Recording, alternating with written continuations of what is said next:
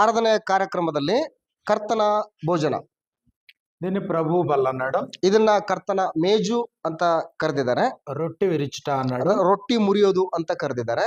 దీన్ని ప్రభు రాత్రి భోజనం అన్నాడు. ಇದು ಕರ್ತನ ರಾತ್ರಿಯ ಭೋಜನ ಅಂತ ಕರೆದಿದ್ದಾರೆ. అపోస్తల కార్యాలు 2వ అధ్యాయము 42వ వచనంలో ಅಪೊಸ್ತಲರ ಕೃತ್ಯಗಳ ಪುಸ್ತಕ 2ನೇ ಅಧ್ಯಾಯ 42ನೇ ವಚನದಲ್ಲಿ మీరు అపోస్తల బోధ ఎందును సహవాసం ఎందును రొట్టె విరుచుట ఎందును ప్రార్థన చేయుట ఎందును, ಅಂದ್ರೆ ಇವರು ಅಪೊಸ್ತಲರ ಬೋಧನೆಯನ್ನು ಕೇಳುವುದರಲ್ಲಿಯೂ ಪ್ರಾರ್ಥನೆಗಳಲ್ಲಿಯೂ ರೊಟ್ಟಿ ಮುರಿಯುವುದರಲ್ಲಿಯೂ ಸಹೋದರ ಅನ್ಯೋನ್ಯತೆಯಲ್ಲಿಯೂ ನಿರತರಾಗಿದ್ರು ಅಂತ ಹೇಳ್ತಾನೆ. రొట్టె విరుచుట బ్రేకింగ్ ఆఫ్ బ్రెడ్, ಅಂದ್ರೆ ಬ್ರೇಕಿಂಗ್ ಆಫ್ ಬ್ರೆಡ್, ರೊಟ್ಟಿಯನ್ನ ಮುರಿಯುವುದು.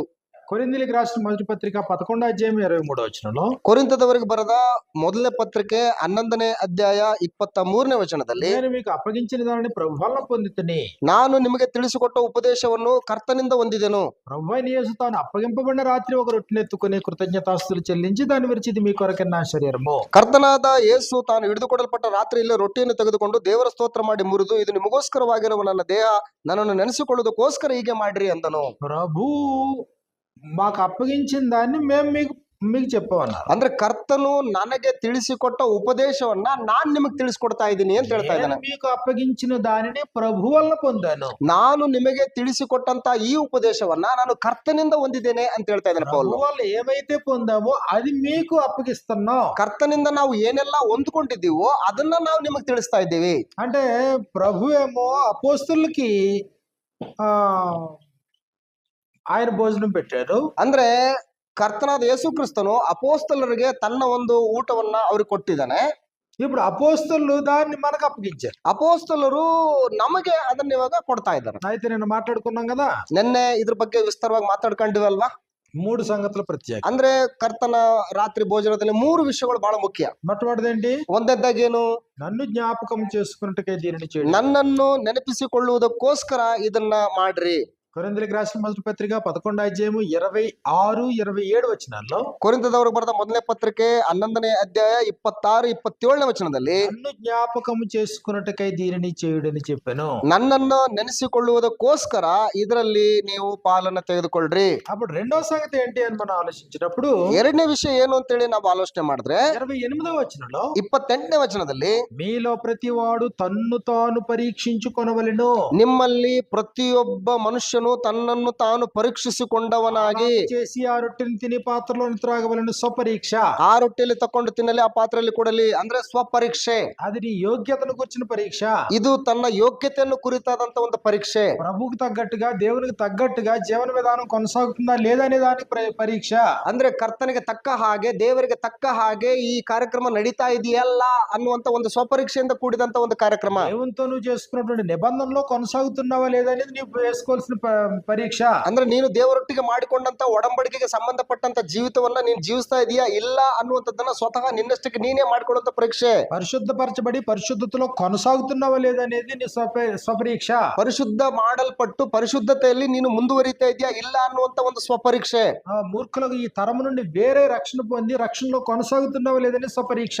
ಮೂರ್ಖ ಸಂತತಿಯವರಿಂದ ಬೇರ್ಪಡಿಸಲ್ಪಟ್ಟವನಾಗಿ ನಿನ್ನ ಪ್ರತ್ಯೇಕಪಡಿಸಿಕೊಂಡು ಪರಿಶುದ್ಧವಾದ ಜೀವಿತದಲ್ಲಿ ಮುಂದುವರಿತಾ ಇದೀನಾ ಇಲ್ವಾ ಅನ್ನೋ ಪರೀಕ್ಷೆ. ప్రభు వల్ల మొట్టమొదటిది ಕರ್ತನ ಭೋಜನದಲ್ಲಿ ಮೊಟ್ಟ ಮೊದಲನೇದಾಗಿ ఇందులో ప్రభు అయిన యేసుక్రీస్తుని జ్ఞాపకం చేసుకోవడం, ಕರ್ತನಾದ ಯೇಸು ಕ್ರಿಸ್ತನವರನ್ನ ನೆನಪು ಮಾಡ್ಕೊಳ್ಳೋದು, ఆయన బలియాగాన్ని ప్రేమని త్యాగాన్ని జ్ఞాపకం చేసుకోవడం, ಆತನ ಬಲಿಯಾಗವನ್ನ, ಆತನ ಪ್ರೀತಿಯನ್ನ, ಆತನ ತ್ಯಾಗವನ್ನ ನಾವು ನೆನಪು ಮಾಡ್ಕೊಳ್ಳೋದು, దాని వలన మనకి ఎలా పాపములకు ప్రాయశ్చిత్తం కలిగిందో జ్ఞాపకం చేసుకోవడం, ಅದರ ಮೂಲಕ ನಮಗೆ ಯಾವ ರೀತಿಯಾಗಿ ಪಾಪದಿಂದ ಪ್ರಾಯಶ್ಚಿತ್ತ ಉಂಟಾಗಿ ಅದು ನಮಗೆ ಬಿಡುಗಡೆ ಉಂಟಾಯ್ತು ಅನ್ನೋದನ್ನ ನಾವು ನೆನಪು ಮಾಡ್ಕೊಳ್ಬೇಕು. రెండవ సంగతి వచ్చి ಎರಡನೇ ವಿಷಯ ಬಂದು నువ్వు యోగ్యుడివా కాదా అనేది నిన్ను నీవు పరీక్షించుకోవడం. ನೀನು ಯೋಗ್ಯನೋ ಹೌದೋ ಅಲ್ವೋ ಅಂತೇಳಿ ನಿನ್ನನ್ನು ನೀನೇ ಸ್ವಪರೀಕ್ಷೆ ಮಾಡ್ಕೊಂಡ್ಬೇಕು. మూడవ సంగతి, ಮೂರನೇದಾಗಿ ఆడ కూర్చున్నటువంటి వారు, పాల్గొన్నటువంటి వారు క్రీస్తు ప్రభు సంఘమేనా అనే ఆలోచన గుర్తించుకో. ಅಲ್ಲಿ ಕೂತ್ಕೊಂಡಿರ್ತಕ್ಕಂಥವ್ರು ಕ್ರಿಸ್ತನ ಸಭೆ ಸದಸ್ಯರೇನಾ ಅನ್ನೋದನ್ನು ಗುರುತಿಸಬೇಕು. శరీరమని వివేచింపక తిని త్రాగువాడు, ಕ್ರಿಸ್ತನ ದೇಹವೆಂದು ತಿಂದು ವಿವೇಚಿಸದೆ ತಿಂದು ಕುಡಿಯುವವನು.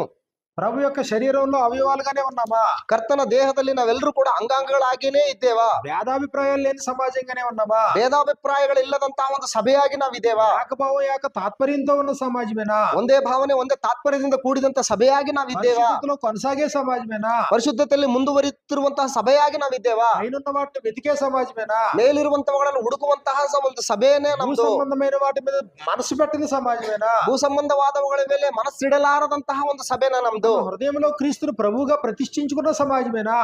హృదయಗಳಲ್ಲಿ కರ್ತನನ್ನ ಕ್ರಿಸ್ತನೆಂಬುದಾಗಿ ಪ್ರತಿಷ್ಠೆಪಡಿಸಿಕೊಂಡಂತಹ ಸಭೆನಾ ನಮ್ದು. ನಮ್ಮ ದೇಹంతో దేవుని మహింపరిచే సమాజమేనా? ನಮ್ಮ ದೇಹದಿಂದ ದೇವರನ್ನ ಮಹಿಮೆಪಡಿಸುವಂತಹ ಸಭೆನಾ ನಮ್ದು. క్రీస్తు యొక్క శరీరమేనా? ಇದು ಕ್ರಿಸ್ತನ ದೇಹವೇನಾ?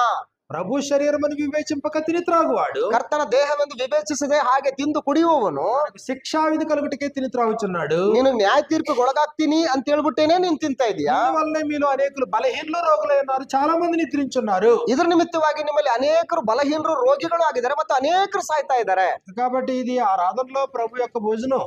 ಇದು ಆರಾಧನೆಯಲ್ಲಿ ಕರ್ತನ ಒಂದು ಭೋಜನ. ಇದು ప్రభుతో పాటు భుజించే భోజనం, ಕರ್ತನೊಟ್ಟಿಗೆ ಸೇರಿ ಸೇವಿಸ್ತಕ್ಕಂತ ಒಂದು ಭೋಜನ. ಇದು స్వపరీక్ష లేకుండా నువ్వు దాంట్లో పాల్గొంటే, ಸ್ವಪರೀಕ್ಷೆ ಇಲ್ಲದೆ ನೀನು ಅದರಲ್ಲಿ ಪಾಲ್ ತೆಗೆದುಕೊಂಡ್ರೆ, ఇస్కరియోతు యోధాకి నీకు తేడా ఏమీ లేదు. ಇಸ್ಕರಿಯೋತು ಯೂದನಿಗೂ ನಿನಗೂ ಯಾವುದೇ ರೀತಿಯಾದಂತ ವ್ಯತ್ಯಾಸ ಇರೋದಿಲ್ಲ. నన్ను అప్పగింపబోవాడు మీలో ఒకడు అని చెప్పిన తర్వాత, ನನ್ನನ್ನು ಒಪ್ಪಿಸಿಕೊಡುವವನು ನಿಮ್ಮಲ್ಲಿ ಒಬ್ಬನಿದ್ದಾನೆ ಅಂತ ಹೇಳಿದ ಮೇಲೆ, పాత్రలో చేయి ముంచిన వాడే అని చెప్పిన తర్వాత కూడా, ಯಾರು ಈ ಪಾತ್ರೆಯಲ್ಲಿ ಕೈ ಎದ್ದುತ್ತಾರೋ ಅವನೇ ನನ್ನನ್ನು ಒಪ್ಪಿಸಿಕೊಡ್ತಾನಂತ ಹೇಳಿದ ಮೇಲೂ ಕೂಡ, ప్రభువా నేనా ಕರ್ತನೇ ನಾನೇನಾ ಅವನು అని అడుగుతున్నాడు ఇస్కరియోతు. ಅಂತ ಹೇಳ್ಬಿಟ್ಟು ಕೇಳ್ತಾ ಇದ್ದಾನೆ ಇಸ್ಕರಿಯೋತು. మిగిలిన వారు అడిగితే అడగొచ్చేమో, ಉಳಿದವ್ರು ಕೇಳಿದ್ರೆ ಕೇಳಬಹುದೇನೋ.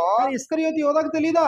ಇಸ್ಕರಿಯೋತು ಯೂದನಿಗೆ ಯಾರೆಂಬುದು ಗೊತ್ತಿಲ್ವಾ ಆತನಿಗೆ? ప్రభువా నేనా అని అడుగుతున్నాడు. ಕರ್ತನು ನಾನೇನಾ, ಕರ್ತನೇ ನಾನೇನಾ ಅವನು ಒಪ್ಪಿಸಿಕೊಡುವನು ಅಂತ ಕೇಳ್ತಾ ಇದ್ದಾನೆ. స్వపరీక్ష లేదు. ಸ್ವಪರೀಕ್ಷೆ ಇಲ್ಲ ಯೂದನಿಗೆ. స్వపరీక్ష లేకుండా చేస్తే శాపగ్రస్తం. ಸ್ವಪರೀಕ್ಷೆ ಇಲ್ಲದೆ ನಾವು ಅದರಲ್ಲಿ ಪಾಲ್ ತೆಗೆದುಕೊಂಡ್ರೆ ಮಾಡಿದ್ರೆ ನಾವು ಶಾಪಗ್ರಸ್ತರು. కాబట్టి ప్రభు యొక్క భోజనం ప్రాముఖ్యమైంది. ಕರ್ತನ ಭೋಜನ ಬಹಳ ಪ್ರಾಮುಖ್ಯವಾದದ್ದು. సహవాసానికి సంబంధించింది. ಅದು ಸಹವಾಸಕ್ಕೆ ಸಂಬಂಧಪಟ್ಟಂತದ್ದು. ప్రభుతోను ప్రభు యొక్క జనముతోను సహవాಸ భోజనం అది. ಅದು ಕರ್ತನೊಟ್ಟಿಗೆ ಮತ್ತು ಕರ್ತನ ಒಂದು ಪ್ರಜೆಗಳೊಟ್ಟಿಗೆ ಮಾಡ್ತಕ್ಕಂತ ಒಂದು ಭೋಜನ. ಅದು భౌతికంగా మనకు కనబడేది ఒక రొట్టె ముక్క కనబడచ్చు, ద్రాక్షరసం కనబడచ్చు. ನಮಗೆ ಭೌತಿಕವಾಗಿ ಒಂದು ರೊಟ್ಟಿ ತುಂಡು ಕಾಣಬಹುದು ಅಥವಾ ಒಂದು ದ್ರಾಕ್ಷರಸ ಕಾಣಬಹುದು ಅಷ್ಟೇನೆ. ప్రభు యొక్క డైనింగ్ టేబుల్ మీద ప్రభుతో పాటు తినే భోజనం అది. ಕರ್ತನ ಒಂದು ಡೈನಿಂಗ್ ಟೇಬಲ್ ಮೇಲೆ ಕರ್ತನೊಟ್ಟಿಗೆ ತಿನ್ನುವಂತಹ ಒಂದು ಭೋಜನ. ಅದು అనర్హులమైనటువంటి మనల్ని యోగ్యులుగా ఎంచి ఆయన బల్ల దగ్గరికి తీసుకొచ్చాడు. ಅನರ್ಹರಾಗಿರ್ತಕ್ಕಂತಹ ನಮ್ಮನ್ನ ಯೋಗ್ಯರನ್ನಾಗಿ ಮಾಡಿ ಅರ್ಹರನ್ನಾಗಿ ಮಾಡಿ ತನ್ನ ಮೇಜಿಗೆ ನಮ್ಮನ್ನು ಕರ್ಕೊಂಡು ಬಂದಿದ್ದಾನೆ. వాస్తవానికి మన యోగ్యులు కాదు.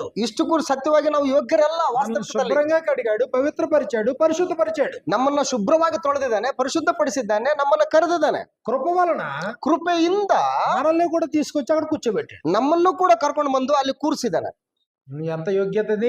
ಎಷ್ಟು ದೊಡ್ಡ ಯೋಗ್ಯತೆ ಅದು ನಮ್ದು. ప్రభుతో తినే భోజనం ఎంత భాగ్యం అది. ಕರ್ತನೊಟ್ಟಿಗೆ ಸೇರಿ ತಿಂತಕ್ಕಂತ ಭೋಜನ ಅದು ಎಷ್ಟು ಶ್ರೇಷ್ಠವಾದದ್ದು. ಅದು భూ సంబంధమైనటువంటి రాజులతో తినే అవకాశం వచ్చిందనుకో, ಭೂ ಸಂಬಂಧವಾದಂತಹ ರಾಜರೊಟ್ಟಿಗೆ ಸೇರಿ ನಾವು ಊಟ ಮಾಡುವಂತ ಅವಕಾಶ ನಮಗೆ ಬಂತು ಅಂತ ಇಟ್ಕೊಳ್ಳಿ. ప్రజాప్రతినిధులు ఎమ్మెల్యేలతోనూ ఎంపీలతోనూ ముఖ్యమంత్రితో ప్రధానమంత్రితో తినే అవకాశం వస్తుంది. దాన్ని ఎంత భాగ్యంగా భావిస్తావు. ಅಂದ್ರೆ ಜನಪ್ರತಿನಿಧಿಗಳಾದಂತಹ MLA ಆಗ್ಲಿ MP ಆಗ್ಲಿ ಪ್ರಧಾನಮಂತ್ರಿ ಒಟ್ಟಿಗೆ ಸೇರಿ ನಾವು ಊಟ ಮಾಡುವಂತ ಭಾಗ್ಯ ನಮ್ಗೆ ಏನಾದ್ರು ಬಂದ್ರೆ ಅದನ್ನ ಎಷ್ಟು ದೊಡ್ಡದಾಗಿ ನಾವು ನೆನೆಸ್ತೀವಿ. ನಾವು ಮುಲ್ಲೋಕముల అధిపతి క్రీస్తు ప్రభు. ಅಂದ್ರೆ 3 ಲೋಕಗಳಿಗೆ ಅಧಿಪತಿ ಆಗಿರ್ತಕ್ಕಂಥ ಯೇಸು ಕ್ರಿಸ್ತನು, సర్వాధికారం కలిగిన వాడు. ಪರಲೋಕದಲ್ಲಿ ಭೂಲೋಕದಲ್ಲಿ ಎಲ್ಲಾ ಅಧಿಕಾರವನ್ನು ಪಡ್ಕೊಂಡಿರ್ತಕ್ಕಂಥ ಯೇಸು ಕ್ರಿಸ್ತನು. అంటే సర్వాధికారి, ಅಂತಹ ಸರ್ವಾಧಿಕಾರ ಹೊಂದಿರತಕ್ಕಂಥ ಸರ್ವಾಧಿಕಾರಿ ನಿನಗೋಸ್ಕರ ఇదిగో ప్రాణం పెట్టి ప్రాయశ్చిత్తం చేసి, ಪ್ರಾಣ ಕೊಟ್ಟು ಅದಕ್ಕೋಸ್ಕರ ಪ್ರಾಯಶ್ಚಿತ್ತ ಪಟ್ಟು, ఇదిగో అనర్హుడు అయిన నిన్ను కూడా తీసుకొచ్చి చేరేసాడు అక్కడ. ಅನರ್ಹ ಆಗಿರ್ತಕ್ಕಂತಹ ನಿನ್ನನ್ನು ಅರ್ಹನನ್ನಾಗಿ ತಂದು ತನ್ನ ಬೇಜಲ್ಲಿ ಕೂರಿಸಿದ್ದಾನೆ. ప్రభుతో పాటు కలిసి భోజనం చేద్దాం.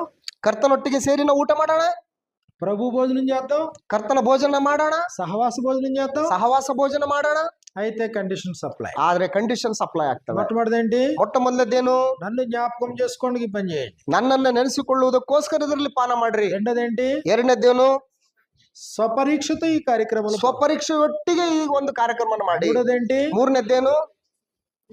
ప్రభు శరీరం అనే వివేచనతో ఈ పని చేయండి. ಇದು ಕರ್ತನ ದೇಹವೆಂದು ವಿವೇಚಿಸಿ ಇದರಲ್ಲಿ ಪಾಲು ತೆಗೆದುಕೊಳ್ಳಿ.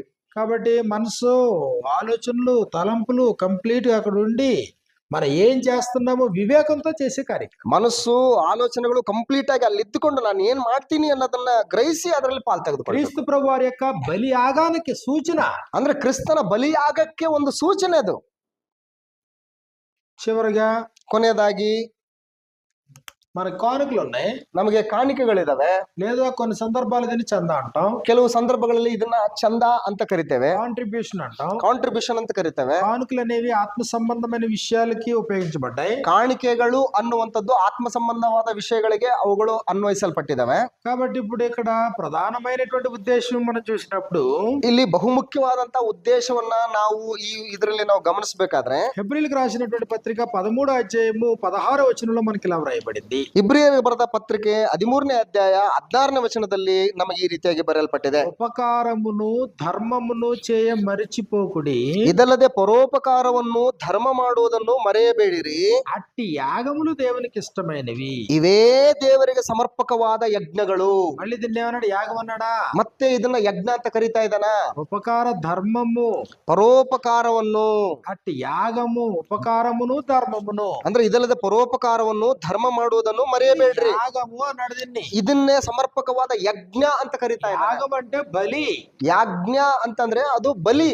ఆరాధనలో మనం సమర్పించేవి బలులు. ಆರಾಧನೆಯಲ್ಲಿ ನಾವು ಸಮರ್ಪಿಸುವಂತವುಗಳು ಬಲಿಗಳು.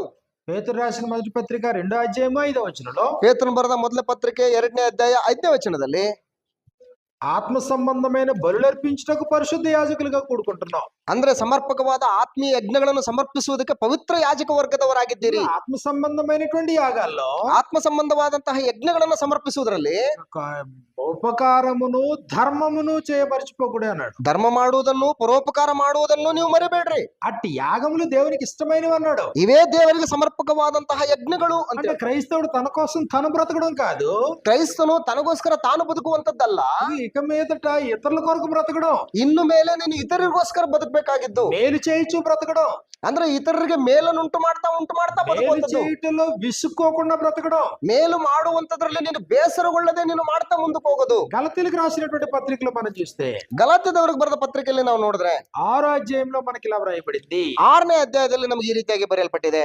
6వ అధ్యాయము 9-10 వచనాల్లో, 6ನೇ ಅಧ್ಯಾಯ 9-10ನೇ ವಚನದಲ್ಲಿ మనం మేలు చేయటి అందు విసుకక ఇందుము, ಒಳ್ಳೆಯದನ್ನು ಮಾಡುವುದರಲ್ಲಿ ಬೇಸರಗೊಳ್ಳದೆ ಇರೋಣ.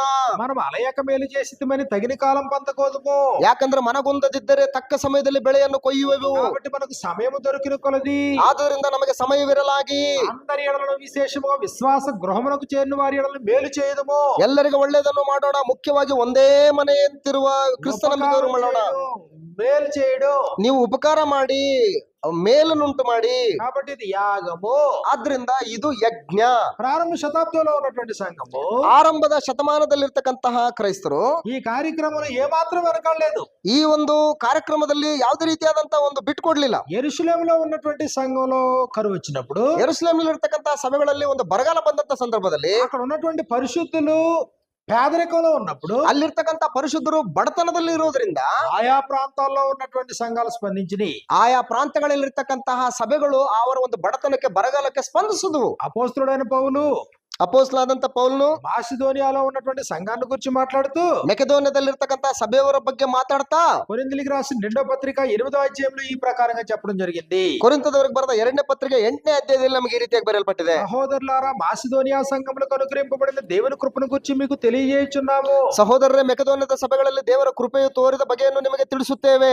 యాలి అనగా వారు బహుశ్రమల వల్ల పరీక్షించబడగా, ಹೇಗೆಂದ್ರೆ ಆ ಸಭೆಗಳವರು ಬಹಳ ಹಿಂಸೆ ತಾಳುವವರಾದರೂ అత్యధికముగా సంతోషించిన వారు, నిరుపేదలైన వారు దాతృత్వం బహుగా విస్తరించెను. ಮತ್ತು ವಿಪರೀತವಾದ ಬಡತನದಲ್ಲಿ ಇದ್ದರೂ ಕೂಡ ಬಹು ಆನಂದದಿಂದ ತುಂಬಿದವರಾಗಿ ಅತ್ಯಂತ ಔದಾರ್ಯವುಳ್ಳವರಾದರು.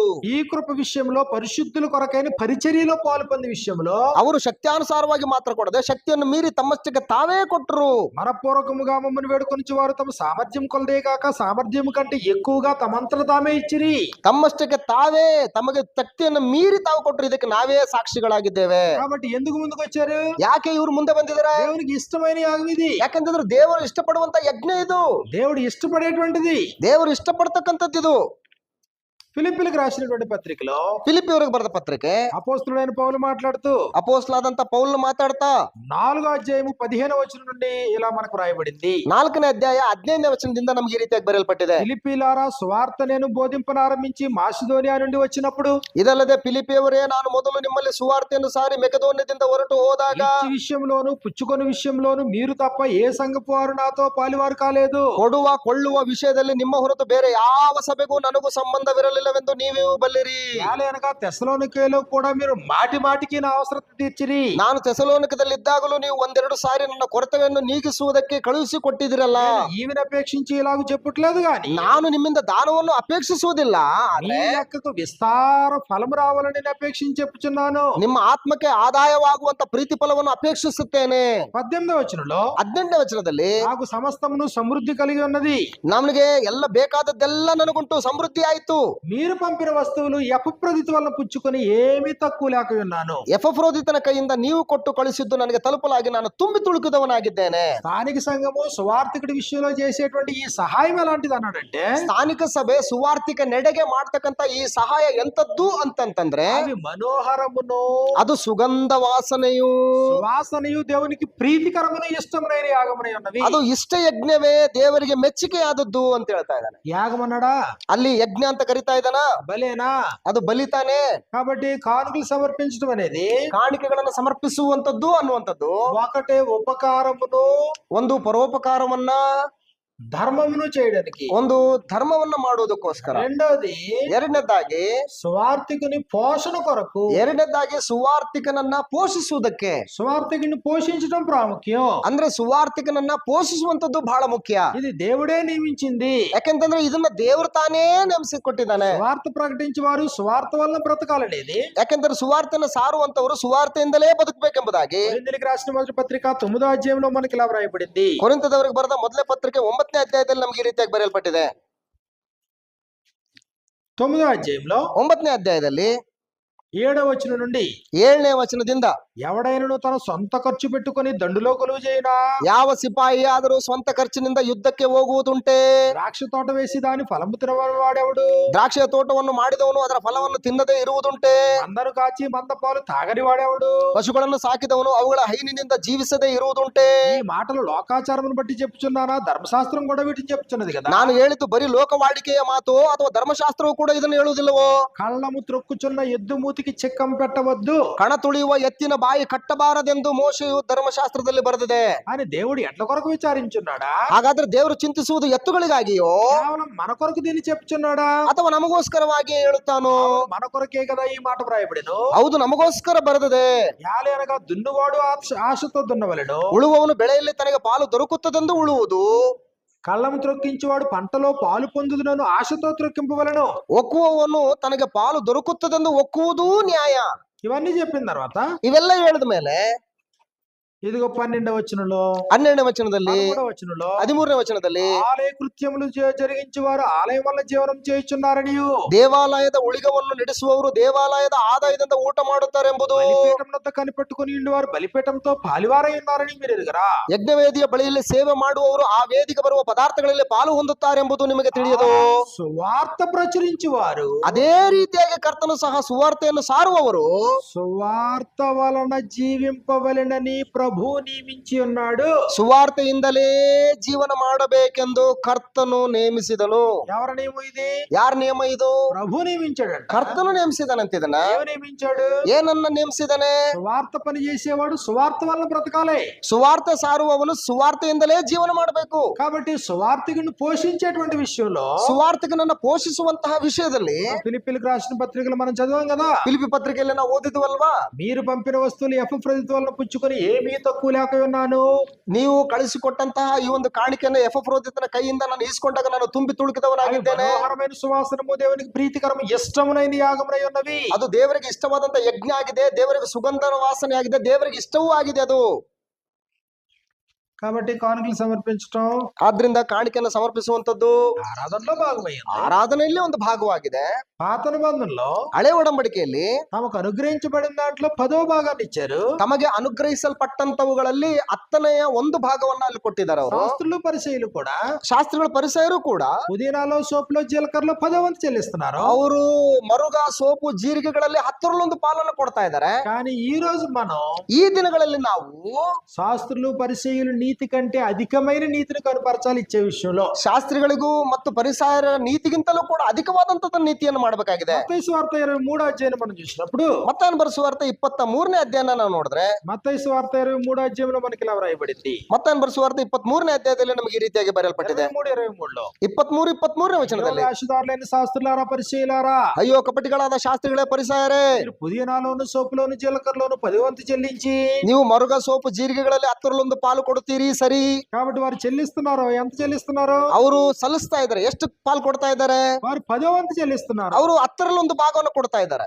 అయితే క్రొత్త నిబంధనలో ಆದ್ರೆ ಹೊಸ ಒಡಂಬಡಿಕೆಯಲ್ಲಿ శాస్త్రుల నీతి కంటేను పరిసయ్యుల నీతి కంటేను 5వ అధ్యాయం మత్తయి సువార్త 5:20లో మనకి ఇలా రాయబడింది. ಮತ್ತಾಯನ ಬರೆಸುವಾರ್ತೆ 5ನೇ ಅಧ್ಯಾಯ 20ನೇ ವಚನದಲ್ಲಿ ನಮಗೆ ಈ ರೀತಿಯಾಗಿ ಬರೆಯಲ್ಪಟ್ಟಿದೆ. శాస్త్రుల నీతి కంటేను పరిసయ్యుల నీతి కంటేను మన నీతి అధికము కాని ఎడల మీరు పరలోక రాజ్యంలో ప్రవేశింపరారు. ನಿಮ್ಮ ನೀತಿಯು ಶಾಸ್ತ್ರಿಗಳ ಮತ್ತು ಪರಿಸಾಯರ ನೀತಿಗಿಂತಲೂ ಹೆಚ್ಚಿನದಾಗದಿದ್ದರೆ ನೀವು ಪರಲೋಕ ರಾಜ್ಯದಲ್ಲಿ ಸೇರಲಾರಿರಿ ಎಂದು ನಿಮಗೆ ಹೇಳುತ್ತೇನೆ. దేవునికి ఇచ్చే విషయంలో శాస్త్రులు పరిసయ్యుల నీతి 10%. ದೇವರಿಗೆ ಕೊಡುವಂತವುಗಳಲ್ಲಿ ಶಾಸ್ತ್ರಿಗಳ ಮತ್ತು ಪರಿಸಾಯರ ನೀತಿ ದಶಮಾಂಶ 10 ಪಾಲು. నీతిని మీరు దాటకపోతే పరలోకం లేదన్నాడు. ಅವರ ನೀತಿಯನ್ನ ನೀವು ದಾಟಿ ಮುಂದಕ್ಕೆ ಹೋಗ್ಲಿಲ್ಲ ಅಂತಂದ್ರೆ ನೀವು ಪರಲೋಕ ರಾಜ್ಯದಲ್ಲಿ ಸೇರಲಾರಿ. కొత్త నిబంధన ప్రకారం ಹೊಸ ಒಡಂಬಡಿಕೆಯ ಪ್ರಕಾರ more than 10 below 10. More than ಆ ದಶಮಾಂಶಕ್ಕಿಂತ ಹೆಚ್ಚ, ದಶಮಾಂಶಕ್ಕಿಂತ ಕಡಿಮೆನಾ? 10+. మరి కొంతమంది ఏమంటారంటే సణుకోకుండా బలవంతం కాకుండా తన హృదయంలో నిశ్చయించుకున్నది అంటారు. ಮತ್ತೆ ಕೆಲವು ಜನ ಏನಂತಾರೆ, ದುಃಖದಿಂದಾಗಲಿ ಬಲಾತ್ಕಾರದಿಂದಾಗಲಿ ಯಾರು ಗುಣಗುಟ್ಟದೆ ತಮ್ಮ ಹೃದಯದಲ್ಲಿ ನಿಶ್ಚಯಿಸಿಕೊಂಡ ಪ್ರಕಾರ ಕೊಡ್ಲಿ ಅಂತ ಹೇಳ್ತಾರೆ. కొరింథీయులకు రాసిన 2వ పత్రిక మనం చూసినప్పుడు ಕೊರಿಂಥದವರಿಗೆ ಬರೆದ 2ನೇ ಪತ್ರಿಕೆಯನ್ನ ನೋಡಿದ್ರೆ 9వ అధ్యాయంలో 9ನೇ ಅಧ್ಯಾಯದಲ್ಲಿ 5వ వచనం నుండి మనకి ఇలా రాయబడింది. 5ನೇ వచನದಿಂದ నಮಗೆ ఈ ರೀತಿಯಾಗಿ ಬರೆಯಲ್ಪಟ್ಟಿದೆ. లోగడ ఇచ్చేదమని మీరు చెప్పిన ధర్మం పిసినితనముగా అయ్యాక ధారాళంగా ఇవ్వాలని చెప్పి ಆ ಹಣವು ಸುಲಿಗೆಯಂತೆ ಬಾರದೆ ಧರ್ಮಾರ್ಥವಾಗಿಯೇ ಸಿದ್ಧವಾಗುವುದು. సహోదరులు మీ యొద్దకు బుద్ధిగా వచ్చి దాన్ని జమ చేయుటకే వారిని హెచ్చరించడం అవసరమని తలంచి తిని. ಸೊ ಆದ್ದರಿಂದ ಸಹೋದರರು ಅದನ್ನ ಸ್ವೀಕರಿಸುವುದಕ್ಕೆ ಬರುವಾಗ ಮುಂದಾಗಿ ನಾನ್ ನಿಮಗೆ ಕೆಲವೊಂದು ವಿಷಯ ಹೇಳ್ಬೇಕಂತ ಹೇಳಿ ಮಾಡ್ತಾ ಇದ್ದೀನಿ. 9:6లో 9ನೇ ಅಧ್ಯಾಯ 6ನೇ ವಚನದಲ್ಲಿ కొంచెముగా విత్తువాడు కొంచెముగా పంట కోయను, సమృద్ధిగా విత్తువాడు సమృద్ధిగా పంట కోయను ఈ విషయమై చెప్పవచ్చును. ಆದ್ರೆ ಸ್ವಲ್ಪವಾಗಿ ಬಿತ್ತುವವನು ಪೈರನ್ನು ಸ್ವಲ್ಪವಾಗಿ ಕೊಯ್ಯುವನು, ಹೆಚ್ಚಾಗಿ ಬಿತ್ತುವವನು ಹೆಚ್ಚಾಗಿ ಕೊಯ್ಯುವನು ಎಂದು ತಿಳ್ಕೊಳ್ಳಿರಿ. 7వ వచనంలో 7ನೇ ವಚನದಲ್ಲಿ సణుకొనకయు బలవంతము కాకయు ప్రతివాడు తన హృదయంలో నిశ్చయించుకున్న ప్రకారం ఇవ్వలేను. ಪ್ರತಿಯೊಬ್ಬನು ತನ್ನ ಹೃದಯದಲ್ಲಿ ನಿರ್ಣಯಿಸಿಕೊಂಡ ಪ್ರಕಾರ ಕೊಡಲಿ, ದುಃಖದಿಂದಾಗಲಿ ಬಲಾತ್ಕಾರದಿಂದಾಗಲಿ ಯಾರೂ ಕೊಡಬಾರದು. దేవుడు ఉత్సాహంగా ఇచ్చి వారిని ప్రేమించును. ಯಾಕಂದ್ರೆ ದೇವರು ಸಂತೋಷವಾಗಿ ಕೊಡುವವನ ಮೇಲೆ ದೇವರಿಗೆ ಪ್ರೀತಿ ಉಂಟು. కాబట్టి చాలా మంది దీన్ని చూపించేమంటారంటే ತುಂಬಾ ಜನರು ಇದನ್ನ ತೋರಿಸ್ಬಿಟ್ಟು ಏನ್ ಹೇಳ್ತಾರಂತಂದ್ರೆ, మన హృదయంలో నిశ్చయించుకున్నది ఇవ్వాలి, ತಮ್ಮ ಹೃದಯದಲ್ಲಿ ನಿಶ್ಚಯಿಸಿಕೊಂಡ ಪ್ರಕಾರ ಕೊಡ್ಬೇಕು, 10% తో పని లేదు, 10%ಗೆ ಯಾವುದೇ ರೀತಿಯಾದಂತ ಒಂದು ಇಲ್ಲ, ಮಿತಿ ಇಲ್ಲ. 10 అనేది సంబంధం లేదు, ಅಬೋ 10 ದಶಮಾಂಶಕ್ಕಿಂತ ಹೆಚ್ಚು ಅನ್ನುವಂಥದ್ದು ಏನು ಇಲ್ಲ, 10 అనేది సంబంధం లేదు, ದಶಮಾಂಶಕ್ಕಿಂತ ಕಡಿಮೆ ಅನ್ನೋದು ಕೂಡ ಏನಿಲ್ಲ. హృదయంలో నిశ్చయించుకున్న ప్రకారం ఇవ్వాలి, ನಮ್ಮ ಹೃದಯದಲ್ಲಿ ನಿಶ್ಚಯಿಸಿಕೊಂಡ ಪ್ರಕಾರ ಕೊಡ್ಲಿ ಅಂತ ಹೇಳ್ತಾರೆ. కానీ ಆದ್ರೆ మత్తయి సువార్త 5వ అధ్యాయం 20వ వచనంలో మనం చదివిన దాని ప్రకారం ಮತ್ತಾಯನ ಬರೆಸುವಾರ್ತೆ 5ನೇ ಅಧ್ಯಾಯ 20ನೇ ವಚನದಲ್ಲಿ ನಾವು ಓದಿದ ಪ್ರಕಾರ శాస్త్రుల నీతి కంటే పరిసయ్యుల నీతి కంటే మీ నీతి అధికము కాని ఎడల పరలోకంలో ప్రవేశం లేదు. ನಿಮ್ಮ ನೀತಿಯು ಶಾಸ್ತ್ರಿಗಳ ಮತ್ತು ಪರಿಸರ ನೀತಿಗಿಂತಲೂ ಹೆಚ್ಚಿನದಾಗದಿದ್ದರೆ ನೀವು ಪರಲೋಕ ರಾಜ್ಯದಲ್ಲಿ ಸೇರಲಾರಿ ಎಂದು ನಿಮಗೆ ಹೇಳುತ್ತೇನೆ ಅಂತ ಹೇಳ್ತಾರೆ. వాస్తవానికి మనం గుర్తిస్తే ವಾಸ್ತವದಲ್ಲಿ ನಾವು ಗುರುತಿಸಿದರೆ మనకి ఇచ్చేది సమస్తం దేవుని కృప వల్ల. ನಮಗೆ ದೊರಕುವಂತವು ನಮಗೇನಿದೆಯೋ ಅವೆಲ್ಲವೂ ಕೂಡ ದೇವರಿಂದಲೇ. మనం సంపాదించే సంపాదన అంతట్లో 100% దేవుందే.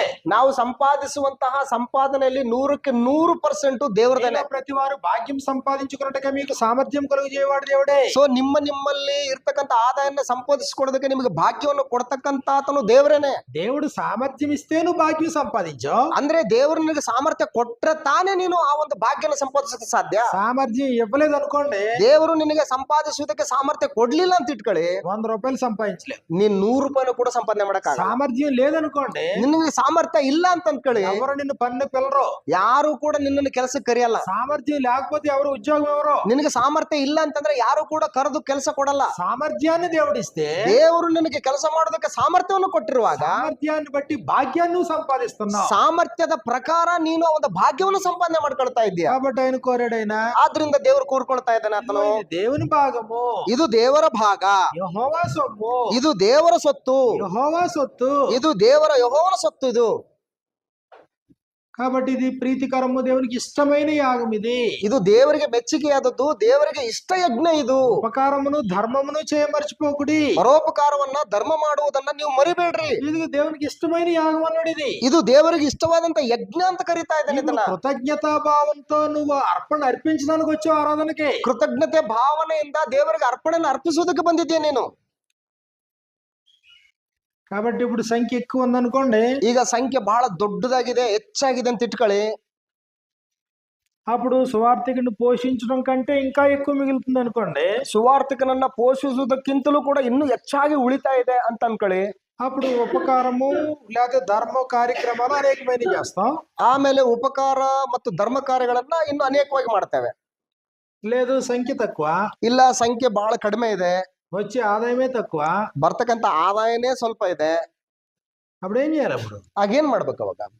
చేసే మొట్టమొదటి పని ఏంటి? ಮಾಡ್ಬೇಕಾಗಿರುವಂತಹ ಮೊಟ್ಟ ಮೊದಲನೇ ಕೆಲಸ ಏನು? ఉపదేశం పొందువాడు ಉಪದೇಶ ಹೊಂದುವವನು ఉపదేశించు వానికి ಉಪದೇಶ ಮಾಡುವವನಿಗೆ మంచి పదార్థముల్లో భాగమివ్వాలి. ತನಗಿರುವ ಎಲ್ಲಾ ಒಳ್ಳೆವುಗಳಲ್ಲಿ ಪಾಲು ಕೊಡಲಿ. గలతీలకు రాసినటువంటి పత్రికలో గలతీలకు రాసిన పత్రిక 6వ అధ్యాయంలో మనం చూసినప్పుడు ಗಲಾತ್ಯ ಪತ್ರಿಕೆ 6ನೇ ಅಧ್ಯಾಯದಲ್ಲಿ ನಾವು ನೋಡಿದ್ರೆ 6వ వచనంలో మనకి ఇలా వ్రాయబడింది.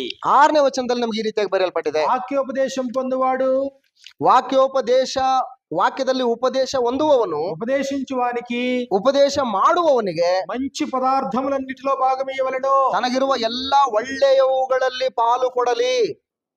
అంటే మన కళ్ళ ముందు మొట్టమొదటి చేయాల్సిన మొట్టమొదటి పని ఏంటి? ಅಂದ್ರೆ ನಮ್ ಕಣ್ ಮುಂದೆ ನಾವು ಮಾಡಬೇಕಾಗಿರುವಂತಹ ಮೊಟ್ಟ ಮೊದಲನೇ ಕೆಲಸ ಏನು? ఉపదేశించేటువంటి వారిని పోషించటం. ಅಂದ್ರೆ ದೇವರ ವಾಕ್ಯವನ್ನ ಉಪದೇಶ ಮಾಡುವಂತಾತನನ್ನ ನಾವು ಪೋಷಣೆ ಮಾಡಬೇಕು. ఆ తర్వాత పని ఏంటి?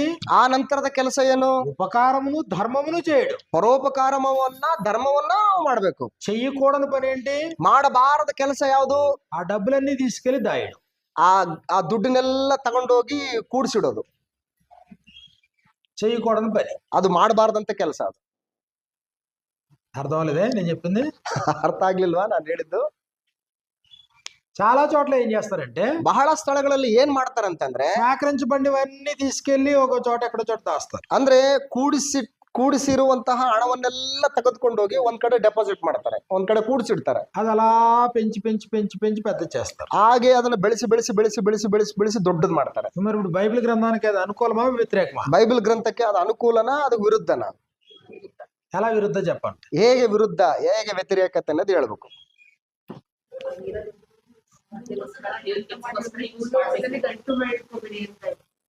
ఏమన్నా నాకు ఏ అర్థం అవ్వలేదు చెప్పండి. ಒಬ್ಬೊಬ್ರು ಹೇಳ್ರಿ. చెప్పండి. భూమి మీద ధనాన్ని కూర్చుకుంటే అది నశిసిపోతుంది. కరెక్ట్ అమ్మా, ఆ మాట కరెక్ట్. అది కరెక్ట్. అది భూమి మీద మీ కొరకు ధనాన్ని కూర్చొద్దు అన్నాడు, సంఘం మాత్రం కూర్చోండి అన్నాడా? ಅಂದ್ರೆ ಭೂಮಿ ಮೇಲೆ ಮಾತ್ರ ಧನವನ್ನ ಕೂಡಿಸಿಟ್ಕೊಳ್ಬೇಡಿ ಅಂತ ಹೇಳ್ತಾರೆ. ಅದೇನು ಸಭೆಗೆ ಹೇಳಿದಾನ? Accept church ಅన్నాడా? ಅಂದ್ರು ಅದು ಸಭೆಯನ್ನ ಹೊರತುಪಡಿಸಿ ಅಂತ ಆ ಮಾತು ಏನಾದ್ರು ಹೇಳಿದಾನ? ಭೂಮಿ మీద ధనాన్ని కూర్చొద్దు అన్నాడు, ಭೂಮಿ ಮೇಲೆ ಹಣವನ್ನ ಗಂಟು ಮಾಡಿ ಇಟ್ಕೊಳ್ಬೇಡ್ರಿ ಅಂತ ಹೇಳ್ತಾ ಇದಾರೆ ಯೇಸು ಕ್ರಿಸ್ತರು. కానీ సంఘం మాత్రం డబ్బులు కూర్చుకోండి అని చెప్పాడా? ಅಂದ್ರೆ ಸಭೆ ಮಾತ್ರ ದುಡ್ಡನ್ನ ಕೂಡಿಸಿಟ್ಕೊಳ್ಳಿ ಅಂತ ಹೇಳ್ತಾ ಇದ್ದಾನ? ಇಲ್ಲ, పొరపాటు కదా. ಅದು ತಪ್ಪು ತಾನೇ. మరి అప్పుడు ధనం ఎక్కడ ఉందో, ಈಗ ಹಣ ಎಲ್ಲಿರುತ್ತೋ అక్కడనే నీ హృదయము, ನಿನ್ನ ಹೃದಯ, ನಿನ್ನ ಮನಸ್ಸು ಅಲ್ಲೇ ಇರ್ತದೆ. అప్పుడు ఒక 10 లక్షలు, 1 లక్ష రూపాయలు, ఒక 5 లక్షలు ఉందనుకోండి నిల్వ. ಈಗ ಒಂದ್ 10 ಲಕ್ಷ 5 ಲಕ್ಷ ಇದೆ ಅಂತ ಇಟ್ಕೊಳ್ಳಿ, ನಿಮ್ ಹೃದಯ ಎಲ್ಲ ಎಲ್ಲಿ ಇರ್ತದೆ? ఇప్పుడు అందులో ఉన్నవారు అందరి మైండ్ దాని మీదే ఉంటుంది. ಈಗ ಆ ಚರ್ಚಲ್ಲಿ ಇರುವಂತವ್ರು ಎಲ್ಲರ ಕಣ್ಣು, ಎಲ್ಲರ ಮನಸ್ಸೆಲ್ಲ ಯಾರ ಮೇಲೆ ಇರುತ್ತೆ? ಅದ್ರ ಮೇಲೆ ಇರ್ತದೆ. ఏ రకంగా దాన్ని కొల్లగొట్టాలి, ಯಾವ ರೀತಿಯಾಗಿ ಅದನ್ನ ನಾವು ಹೊಡ್ಕೋಬೇಕು, కాబట్టి ఏ లెటర్ పెట్టాలి, ఏ రిక్వెస్ట్ పెట్టాలి, ಯಾವ ಲೆಟರ್ ಕೊಡ್ಬೇಕು, ಯಾವ ರಿಕ್ವೆಸ್ಟ್ ಲೆಟರ್ ಕೊಡ್ಬೇಕು, ఇది దీని గొడవ పని. ಇದಕ್ಕೆ ಇದು ಕಾರಣ ಆಗುತ್ತೆ. కాబట్టి ఆ తర్వాత ఏం జరుగుతుందంటే ಆಮೇಲೆ ಏನ್ ನಡೀತದೆ ಅಂತಂದ್ರೆ అనాపేక్ష సమస్తమైన కీళ్లకు మూలము. ಹಣದಾಸೆಯು ಸಕಲ ವಿಧವಾದಂತ ಕೆಟ್ಟತನಕ್ಕೆ ಮೂಲ ಕಾರಣ. ఆశించి విశ్వాసములను తొలగిపోయి నానావాదులతో తమ తాము పొడుచుకుని ಅವುಗಳಲ್ಲಿ ಆಶಿಸಿದಂತವರು ಕೆಲವರು ಭ್ರಷ್ಟರಾಗೋಗಿದ್ದಾರೆ, ತಮ್ಮನ್ನು ತಾವು ಉರುಳಿನೊಳಗೆ ಸಿಕ್ಕಾಕೊಂಡು ನಾಶ ಆಗಿದ್ದಾರೆ. అపేక్ష యేసు ప్రభువునే అమ్మేసుకునేలా చేసింది. ಅಂದ್ರೆ ಈ ಹಣದಾಸೆ ಅನ್ನುವಂಥದ್ದು ಎಂತದಂತಂದ್ರೆ ಕರ್ತನಾದ ಯೇಸು ಕ್ರಿಸ್ತನನ್ನೇ ಮಾರುವಂತ ಒಂದು ಅವಕಾಶಕ್ಕೆ ಬಂದಿದೆ. కాబట్టి ఆ ధనాపేక్ష మనల్ని మార్చేదా? ಅಂದ್ರೆ ಅಂತ ಒಂದು ಹಣ ನಮ್ಮನ್ನ ನಾಶ ಮಾಡಕ್ ಆಗಲ್ವಾ? దాయమని ఎవరు చెప్పారు? ಯಾರು ಬಚ್ಚಿಡು ಅಂತ ಹೇಳಿದ್ದು? దీనివల్ల ఘోరంగా నష్టపోయిన స్థానిక సంఘాలు బోల్డ్ ఉన్నాయి. ಇದರಿಂದ ನಷ್ಟ ಹೊಂದಿರುವಂತಹ ಸ್ಥಾನಿಕ ಸಭೆಗಳು ತುಂಬಾನೇ ಇದಾವೆ. దాని వినిమయంలో పెట్టాలా, వినియోగంలో పెట్టాలా, యూజ్ లో పెట్టాలా. ಅಂದ್ರೆ ಆ ಹಣವನ್ನ ಖರ್ಚು ಮಾಡೋದಕ್ಕೆ ಇಡಬೇಕು, ಅದು ವಿನಿಯೋಗ ಆಗ್ತಾ ಇರಬೇಕು. ಅದು దాని వలన ఇదిగో స్వార్థికను పోషించటం, ಅದರಿಂದ ಸುವಾರ್ಥಿಕನನ್ನು ಪೋಷಿಸುವಂತದ್ದು, లేదైనా ఉపకారం చేయడం, ಇಲ್ಲ ಅಂತಂದ್ರೆ ಯಾರಿಗಾದ್ರೂ ಒಂದು ಉಪಕಾರ ಮಾಡೋದು, కార్యాలు చేయడం, ಧರ್ಮ ಕಾರ್ಯಗಳನ್ನ ಮಾಡೋದು, దాని వల్ల ఏదైనా బైబిల్ క్లాస్ పెట్టుకోవడం, ಇಲ್ಲ ಅದರಿಂದ ಒಂದು ಬೈಬಲ್ ಕ್ಲಾಸ್ ಇಟ್ಕೊಳ್ಳೋದು, లేదా దాని వల్ల ఇతర ప్రాంతాల్లో స్వార్థ ప్రకటించడం, ಅದರಿಂದ ಇತರ ಪ್ರಾಂತ್ಯಗಳಲ್ಲಿ ಸುವಾರ್ತನ ಪ್ರಕಟಿಸುವಂತದ್ದು. ఆ రకంగా అది వినిమయంలోకి రావాలి. కానీ ಆ ರೀತಿಯಾಗಿ ಅದು ವಿನಿಮಯಕ್ಕೆ ಬರ್ಬೇಕೆ ಹೊರತು దాన్ని అలా మేము స్టోరీ చేస్తాం అంటే ಇಲ್ರಿ ನಾವ್ ಹಾಗೆ ಕೂಡ್ಸಿಡ್ತೀವಿ ಅಂತಂದ್ರೆ ఉపయోగం ఏముంది? ಏನು ಉಪಯೋಗ ಇದೆ? అది చిమ్మటి కొడుతుంది అన్న, ಅದು ನುಸಿ ಹಿಡಿದು ಕಿಲುಬತ್ತಿ ಕೆಟ್ಟ ಹೋಗುತ್ತೆ. దాని వల్ల ఉపయోగం లేదన్న. ಅದರಿಂದ ಉಪಯೋಗ ಏನಿಲ್ಲ ಅಂತ ಹೇಳ್ತಾನೆ. భూమి మీద కూర్చడం అనేది దేవుని యొక్క ఆలోచన కాదు. ಭೂಮಿಯಲ್ಲಿ ಕೂಡಿಸಿಟ್ಟುಕೊಳ್ಳುವಂಥದ್ದು ದೇವರ ಆಲೋಚನೆ ಅಲ್ಲ ಅದು. ఇప్పుడు 1 లక్ష రూపాయలు 10 లక్షలు 20 లక్షలు ఉందనుకోండి, ಇದು ಒಂದು 10 ಲಕ್ಷನೋ 5 ಲಕ್ಷನೋ 20 ಲಕ್ಷನೋ ಇದೆ ಅಂತ ಇಟ್ಕೊಳ್ಳಿ. నువ్వు దాన్ని అంతటిని ఉపయోగించి ఒక బ్యాంక్ లో పెట్టావు అనుకో, ಅದನ್ನೆಲ್ಲವನ್ನು ಕೂಡಿಸಿಟ್ಟು ಒಂದು ಬ್ಯಾಂಕ್ ಅಲ್ಲಿ ಇಟ್ಟಿವಿ ಅಂತ ಇಟ್ಕೊಳ್ಳಿ. ఏంటి ఉపయోగం దానివల్ల? ಏನ್ ಉಪಯೋಗ ಅದರಿಂದ? దాన్ని ఉపయోగించో ಅದನ್ನ ನೀನು ಉಪಯೋಗಿಸಿದ್ಯಾ? 10 మంది స్వార్థికులను పోషిస్తున్నావు, ಒಂದ್ 10 ಜನ ಸುವಾರ್ಥಿಕರನ್ನ ಪೋಷಣೆ ಮಾಡ್ತಾ ಇದ್ಯಾ? 10 ప్రాంతాల్లో స్వార్థ పని మొదలు పెట్టావు, ಒಂದ್ 10 ಪ್ರಾಂತಗಳಲ್ಲಿ ಸುವಾರ್ಥ ಕೆಲಸವನ್ನು ಆರಂಭ ಮಾಡಿದ್ಯಾ? దాన్ని ఉపయోగించి స్వార్థికులను పోషిస్తున్నావు. ಅದನ್ನ ಉಪಯೋಗ ಮಾಡಿ ಸುವಾರ್ಥಿಕನನ್ನು ಪೋಷಿಸ್ತಾ ಇದ್ಯಾ? దీని వల్ల ఉపయోగం, ಇದರಿಂದ ಉಪಯೋಗ, దీని వల్ల మేలు జరుగుతుంది. ಇದರಿಂದ ಮೇಲುಂಟಾಗ್ತದೆ. అనేక ఆత్మలు రక్షించబడడానికి అవకాశం ಅನೇಕ ఉంది. ಆತ್ಮಗಳು ರಕ್ಷಿಸಲ್ಪಡುವುದಕ್ಕೆ ಅವಕಾಶ ಇರ್ತದೆ. దేవుని యొక్క రాజ్య సువార్తలో ధనానికి ప్రాముఖ్యత ఉంది. ದೇವರ ರಾಜ್ಯ ಸುವಾರ್ತೆಯಲ್ಲಿ ಹಣಕ್ಕೆ ಬಹಳ ಪ್ರಾಮುಖ್ಯತೆ ಇದೆ. ధనం లేకుండా ఏ పనైనా జరుగుతుందా? ಹಣ ಇಲ್ದೇನೆ ಯಾವ ಕೆಲಸನಾದ್ರೂ ನಡ್ಲಿಕ್ಕೆ ಸಾಧ್ಯನಾ? ధనం లేకుండా అంత దూరం నుంచి ఇంత దూరం ప్రయాణం చేయడానికి అవకాశం కుదురుతుందా? ಹಣ ಇಲ್ದೇನೆ ಅಷ್ಟು ದೂರದಿಂದ ಇಷ್ಟು ದೂರ ಪ್ರಾಂತ್ಯಕ್ಕೆ ನಾನು ಬರೋದಕ್ಕೆ ಆಗುತ್ತಾ? ధనం లేకుండా ఆయా ప్రాంతాల నుంచి మనందరం ఇక్కడ రావడం కుదురుతుందా? ಹಣ ಇಲ್ದೇ ಇದ್ರೆ ನಾವು ಆಯಾ ಪ್ರಾಂತ್ಯಗಳಿಂದ ಇಲ್ಲಿಗೆ ಬರ್ಲಿಕ್ಕೆ ಆಗ್ತಿತ್ತಾ? ధనం లేకుండా మనం భోజనం చేయడానికి కుదురుతుందా? ಹಣ ಇಲ್ದೇನೆ ನಾವು ಊಟ ಮಾಡ್ಲಿಕ್ಕೆ ಆಗ್ತಿತ್ತಾ? కాబట్టి వీటన్నిటికీ సోర్స్ ఎక్కడి నుంచి రావాలి? ಅಂದ್ರೆ ಇವೆಲ್ಲಕ್ಕೂ ಕೂಡ ಆದಾಯದ ಸಂಪನ್ಮೂಲ ಎಲ್ಲಿಂದ ಬರಬೇಕು? ఎవరి కోసమో ఎదురు చూడాలా? ಯಾರಿಗೋಸ್ಕರನೂ ಎದುರು ನೋಡ್ತಾ ಇರ್ಬೇಕು. ఎవరో చేస్తే మనం చేయాలా? ಯಾರೋ ಮಾಡಿದ್ರೆ ನಾವು ಮಾಡ್ಬೇಕಾ? మనకు అర్థం అవుతుంది కదా. ನಮ್ಗೆ ಅರ್ಥ ಆಗ್ತಾ ಇದೆ ಅಲ್ವಾ? చాలా సందర్భాల్లో విదేశీయుల మీద చూస్తారు. ತುಂಬಾ ಸಂದರ್ಭಗಳಲ್ಲಿ ವಿದೇಶಿಯ ಅವರ ಮೇಲೆ ನಾವು ಡಿಪೆಂಡ್ ಆಗ್ತೇವೆ. ఎవరో ఇవ్వాలా, ಯಾರೋ ಕೊಡ್ಬೇಕು ನಮಗೆ. ఎవరో ఇస్తే చేద్దాం, ಯಾರೋ ಕೊಟ್ರೆ ನಾವು ಮಾಡ್ತೀವಿ. ఎవరో ఇస్తే మనం చేయడం ఏంటి? ಯಾರು ಕೊಟ್ರೆ ನಾವು ಮಾಡೋದು ಏನಿದೆ ಅದರಲ್ಲಿ? దేవుని ప్రేమ మనకు అర్థం కావట్లేదు. ದೇವರ ಪ್ರೀತಿ ನಮ್ಗೆ ಅರ್ಥ ಆಗ್ತಾ ಇಲ್ವಾ? ఆయన ప్రేమకు ఏమి ఇచ్చి రుణం తీర్చుకుంటాం? ಆತನ ಪ್ರೀತಿಗೆ ನಾವು ಏನು ಕೊಟ್ಟು ಋಣ ತೀರ್ಸ್ಕೊಳಕ್ ಆಯ್ತದೆ? భావంతో ఇష్టపూర్వకమైన యాగం కదా. ಕೃತಜ್ಞತೆ ಪೂರ್ವಕದಿಂದ ಇಷ್ಟದಿಂದ ಮಾಡುವಂತದ್ದೇ ಯಜ್ಞ ತಾನೆ. కాబట్టి ఎవరికి వాళ్ళే గుప్పులు విప్పారు అనుకోండి, ಯಾರಿಗವರು ತಮ್ಮ ಒಂದು ಹಿಡಿಯನ್ನ ಬಿಚ್ಚಿದ್ರು ಅಂತ ಇಟ್ಕೊಳ್ಳಿ, తమ సువార్థికుడు తాము పోషించగలిగిన స్థాయికి వచ్చారనుకోండి, ತಮ್ಮ ಸುವಾರ್ಥಕನನ್ನ ತಾವು ಪೋಷಿಸಿಕೊಳ್ಳುವಂತ ಒಂದು ಹಂತಕ್ಕೆ ಅವ್ರು ಬಂದ್ರು ಅಂತ ಇಟ್ಕೊಳ್ಳಿ, సువార్త పని కొరకు విరివిగా వాడగలిగిన శక్తి వచ్చింది అనుకోండి, ಸುವಾರ್ತೆ ಸೇವೆಗೋಸ್ಕರ ಅವರು ಬಹಳ ಹೆಚ್ಚೆಚ್ಚಾಗಿ ಅವರು ಬಳಸ್ಕೊಳ್ಳುವಂತ ಒಂದು ಶಕ್ತಿ ಬಂತು ಅಂತ ಇಟ್ಕೊಳ್ಳಿ, ఓళ్ళని కార్యక్రమాలు ಬಹಳಷ್ಟು ಕಾರ್ಯಕ್ರಮಗಳನ್ನು ಮಾಡಬಹುದು. లేదండి మేము అన్ని తీసుకెళ్లి దాచుకుంటామండి అంటే, ಇಲ್ರಿ ನಾವ್ ಇವೆಲ್ಲ ಏನಿಲ್ರಿ ನಾವು ಅಲ್ಲಿ ಇಟ್ಟು ಮುಚ್ಚಿಟ್ಕೊಳ್ತೀವ್ರಿ ಕೂಡ್ಸಿಟ್ಕೊಳ್ತೀವ್ರಿ ಅಂತಂದ್ರೆ ఏ ఉపమానంతో పోల్చి వచ్చిందండి? ಯಾವ ಉಪಮಾನದೊಂದಿಗೆ ಯಾವ ಸಾಮ್ಯದೊಂದಿಗೆ ಹೋಲಿಸಬಹುದು ಅದನ್ನ? యేసుప్రభు చెప్పిన ఉపమానాలు ఏ ఉపమానంతో పోల్చి వచ్చిందండి? ಯೇಸು ಕ್ರಿಸ್ತನು ಹೇಳಿದಂತ ಸಾಮ್ಯಗಳಲ್ಲಿ ಯಾವ ಸಾಮ್ಯಕ್ಕೆ ಇದು ಹೋಲಿಕೆ ಆಗುತ್ತೆ? ఏమన్నారు? ಏನು ಕರೆಕ್ಟ್ ಆಗಿ ಹೇಳ್ರಮ್ಮ, ಅರ್ಥ ಆಯ್ತು.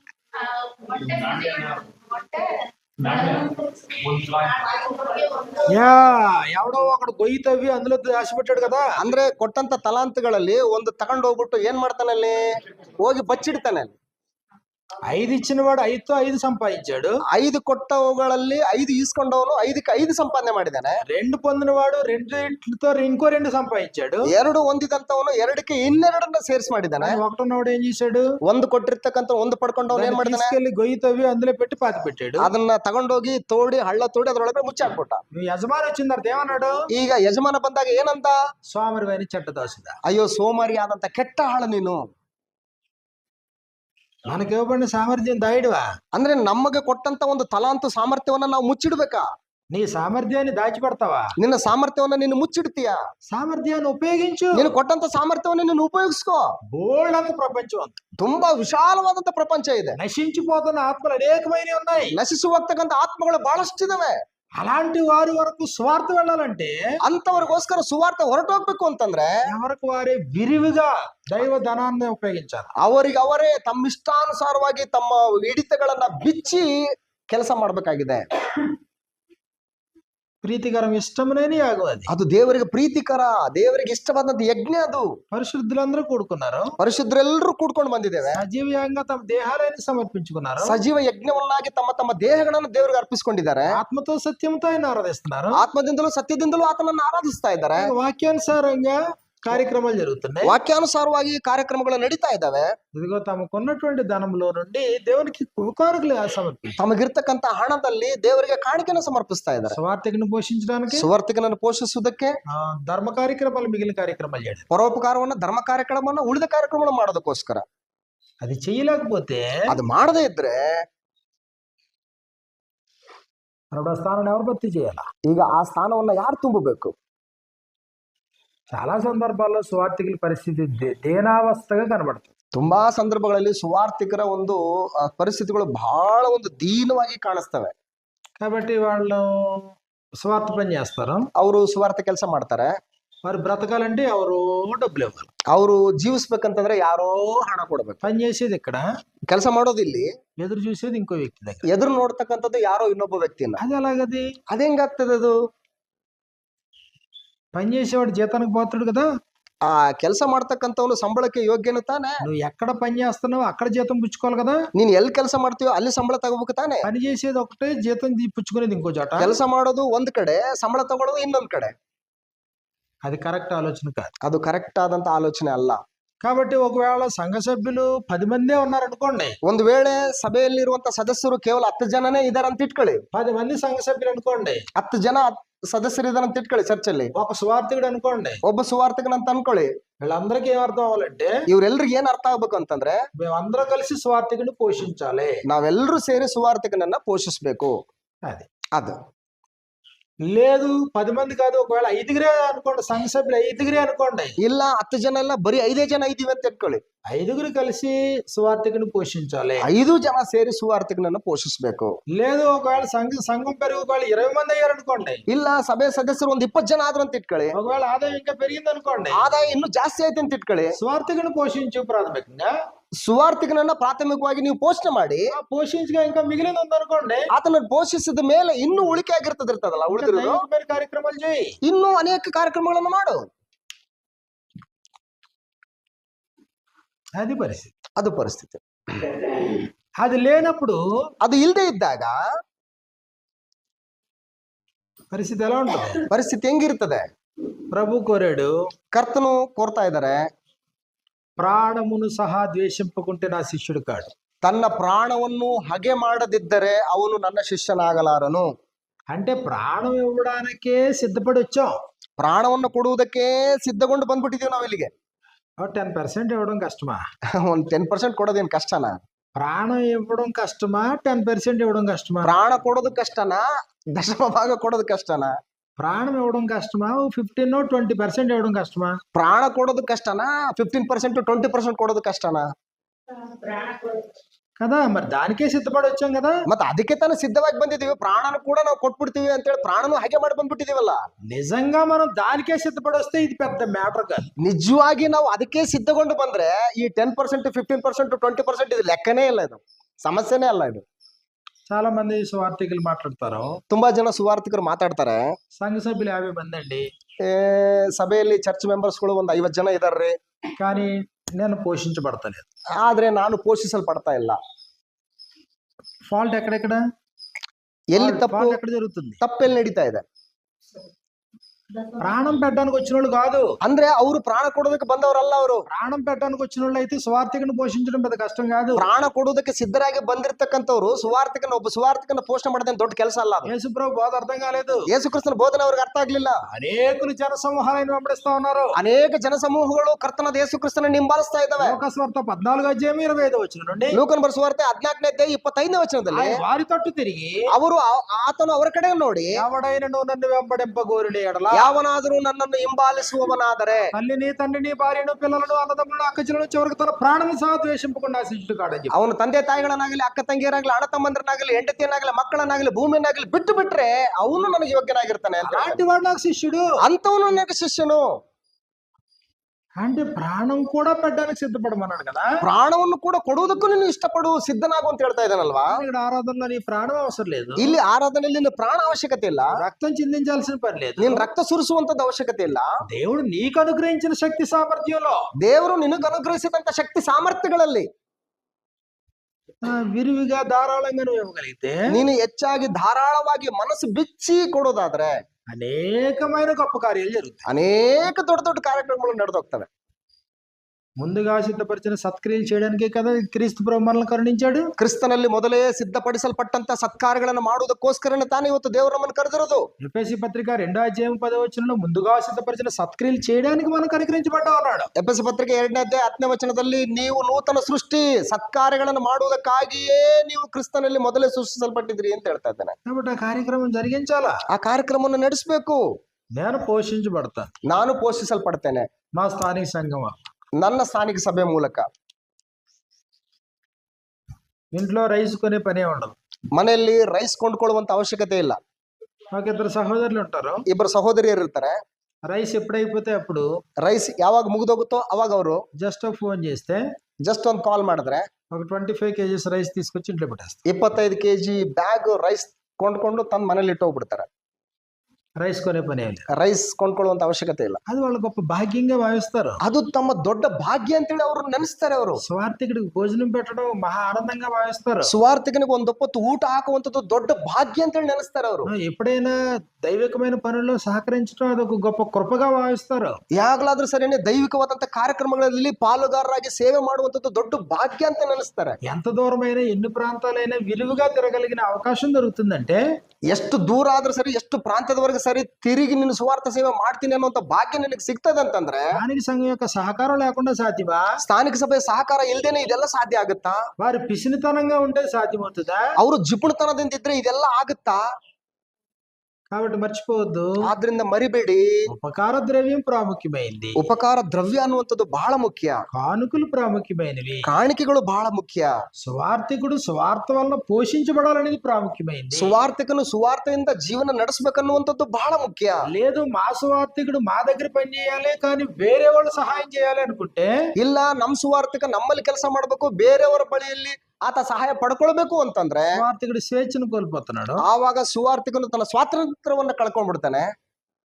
అది సరైన విధానం కాదు. ಅದು ಸರಿಯಾದ ವಿಧಾನ ಅಲ್ಲ. నేను మేలు పొందుతున్నాను, ನಾನು ಮೇಲನ್ನು ಹೊಂದುತ್ತಾ ಇದ್ದೀನಿ, ఆయన ఉపదేశిస్తున్నాడు, ಆತನು ಉಪದೇಶ ಮಾಡ್ತಾ ಇದ್ದಾನೆ. ఉపదేశం పొందువాడు ఉపదేశించడానికి పదార్థాల్లో భాగం. ಉಪದೇಶ ಹೊಂದುವವನು ಉಪದೇಶ ಮಾಡುವವನಿಗೆ ತನಗಿರುವಂತ ಎಲ್ಲ ಒಳ್ಳೆಯವುಗಳಲ್ಲಿ ಪಾಲ್ಕೊಡ್ಬೇಕು. కాబట్టి సువార్థికుని యొక్క ఆకలి తీర్చాలి, ಸುವಾರ್ಥಿಕನ ಒಂದು ಹಸಿವೆಯನ್ನು ತೀರಿಸಬೇಕು, తన యొక్క అవసరతలు తీర్చాలి, ಆತನ ಒಂದು ಅವಶ್ಯಕತೆಗಳನ್ನು ತೀರಿಸಬೇಕು. మాటి మాటికి నా అవసరతలు తీర్చారన్నాడు పౌలు. ಅಂದ್ರೆ ಮಾತಿಗೂ ನನ್ನ ಅವಶ್ಯಕತೆಗಳನ್ನ ನೀವು ನೆರವೇರಿಸಿದ್ರಿ ಅಂತ ಹೇಳ್ಬಿಟ್ಟು ಹೇಳ್ತಾ ಇದ್ದಾರೆ ಪೌಲು. ఆశీర్వాదకరం దీవెనకరం అది. ಅದು ಆಶೀರ್ವಾದಕರ, ಅದು ಒಂದು ದೊಡ್ಡ ಭಾಗ್ಯ ಅದು.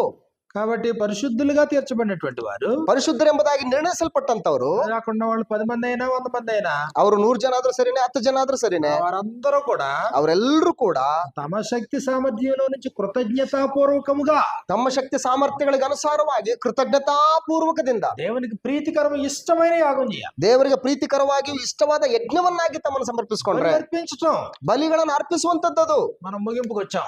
ನಾವು ಮುಕ್ತಾಯಕ್ಕೆ ಬಂದಿದ್ದೇವೆ. ఇదిగో మొట్టమొదటిగా వస్త్రధారణ, నీతి, రక్షణ అనే వస్త్రధారణ కలిగి ఉండాలి. ಮೊಟ್ಟ ಮೊದಲದಾಗಿ ವಸ್ತ್ರಧಾರಣೆ, ನೀತಿ ಮತ್ತು ರಕ್ಷಣೆ ಎಂಬ ವಸ್ತ್ರ.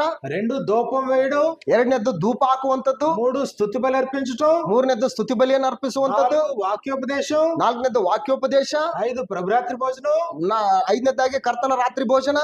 6 కానుకలు. 6ನೇದಾಗಿ ಕಾಣಿಕೆಗಳು. ఇవన్నీ ఏంటివి? ಇವೆಲ್ಲ ಏನಿವು? ఆత్మ సంబంధమైన బలులు, ಆತ್ಮ ಸಂಬಂಧವಾದಂತ ಬಲಿಗಳಿವು, ಯಜ್ಞಗಳು. బలి అర్పించడానికి మనం ఎవరు? ಬಲಿ ಅರ್ಪಿಸುವುದಕ್ಕೆ ನಾವ್ಯಾರು? యాజకులు. ನಾವು ಯಾಜಕರು. ನಾವು రాజులేని యాజక సమూహం, ರಾಜವಂಶಸ್ಥರಾದಂತ ಯಾಜಕ ಸಮೂಹದವರು. యాజకులమయ్యా.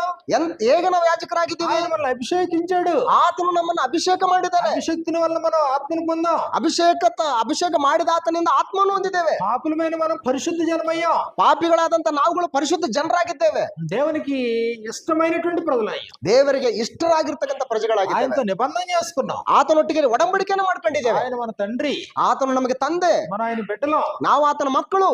ఆయన ధర్మ విధులు, న్యాయ విధులు మన హృదయాల్లో రాయించుకోవడానికి ఇష్టపడ్డాం. ಆತನ ನ್ಯಾಯ ವಿಧಿಗಳು, ಧರ್ಮ ವಿಧಿಗಳು ನಮ್ಮ ಹೃದಯದಲ್ಲಿ ಬರ್ಕೊಳ್ಳೋದಕ್ಕೆ ನಾವು ಇಷ್ಟಪಟ್ಟಿದ್ದೇವೆ. ఆయన మన అపరాధాలన్నీ క్షమించాడు. ಆತನು ನಮ್ಮ ಅಪರಾಧಗಳನ್ನೆಲ್ಲ ಕ್ಷಮಿಸಿಬಿಟ್ಟಿದ್ದಾನೆ.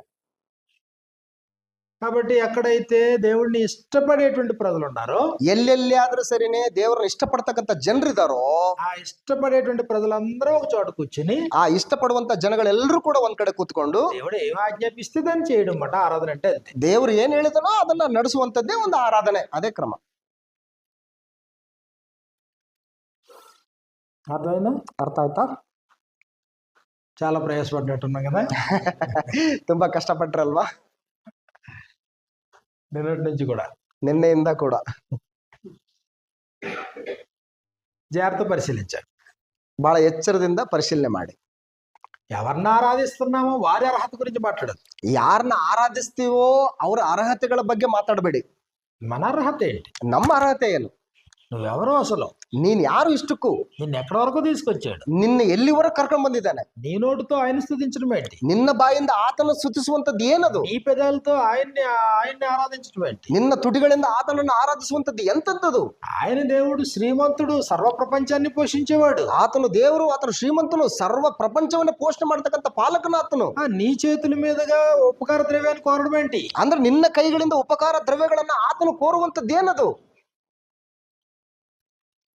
ఎంత గొప్ప భాగ్యం అది! ಅದು ಎಷ್ಟು ದೊಡ್ಡ ಭಾಗ್ಯ ಅದು. దేవుని యొక్క పనిలో కొనసాగడం, ದೇವರ ಕೆಲಸದಲ್ಲಿ ಮುಂದುವರಿಯುವಂತದ್ದು, యాజకులుగా కొనసాగడం, ಯಾಜಕರಾಗಿ ಮುಂದುವರಿಯುವಂತದ್ದು, మన జీవితంతో సమర్పించుకుని దేవుణ్ణి మహింపరచడం, స్తుతించడం. ನಮ್ಮ ಜೀವಿತಗಳನ್ನ ಸಮರ್ಪಿಸಿಕೊಂಡು ದೇವರನ್ನ ಮಹಿಮೆಪಡಿಸುವಂತದ್ದು, ದೇವರನ್ನು ಘನಪಡಿಸುವಂತದ್ದು. దాని విలువ మనకు అర్థమైతే, ಅದ್ರದ್ದು ಬೆಲೆ ನಮ್ಗೆ ಅರ್ಥ ಆದ್ರೆ, ఆరాధన నిర్లక్ష్యం చేస్తావా? ಆರಾಧನೆಯನ್ನ ನಾವು ನಿರ್ಲಕ್ಷ್ಯ ಮಾಡ್ತೇವಾ? ఆరాధన మానేస్తావా? ಆರಾಧನೆಯನ್ನ ನಾವು ಬಿಟ್ಕೊಡ್ತೇವಾ? ఆరాధన ఆప్షనల్ గా ఎంచుకుంటామా? ಆರಾಧನೆಯನ್ನ ಒಂದು ಆಯ್ಕೆ ಅಂತ ಹೇಳ್ಬಿಟ್ಟು ನಾವು ಆಯ್ಕೆ ಮಾಡ್ಕೊಳ್ತೀವಾ? ఒకటికి 10 సార్లు చెప్తే ఆరాధనకు వస్తామా? ಒಂದಕ್ಕೆ 10 ಸಾರಿ ಹೇಳಿದ್ರೆ ಆವಾಗ ನಿನ್ನ ಆರಾಧನೆಗೆ ಬರ್ತೀಯಾ?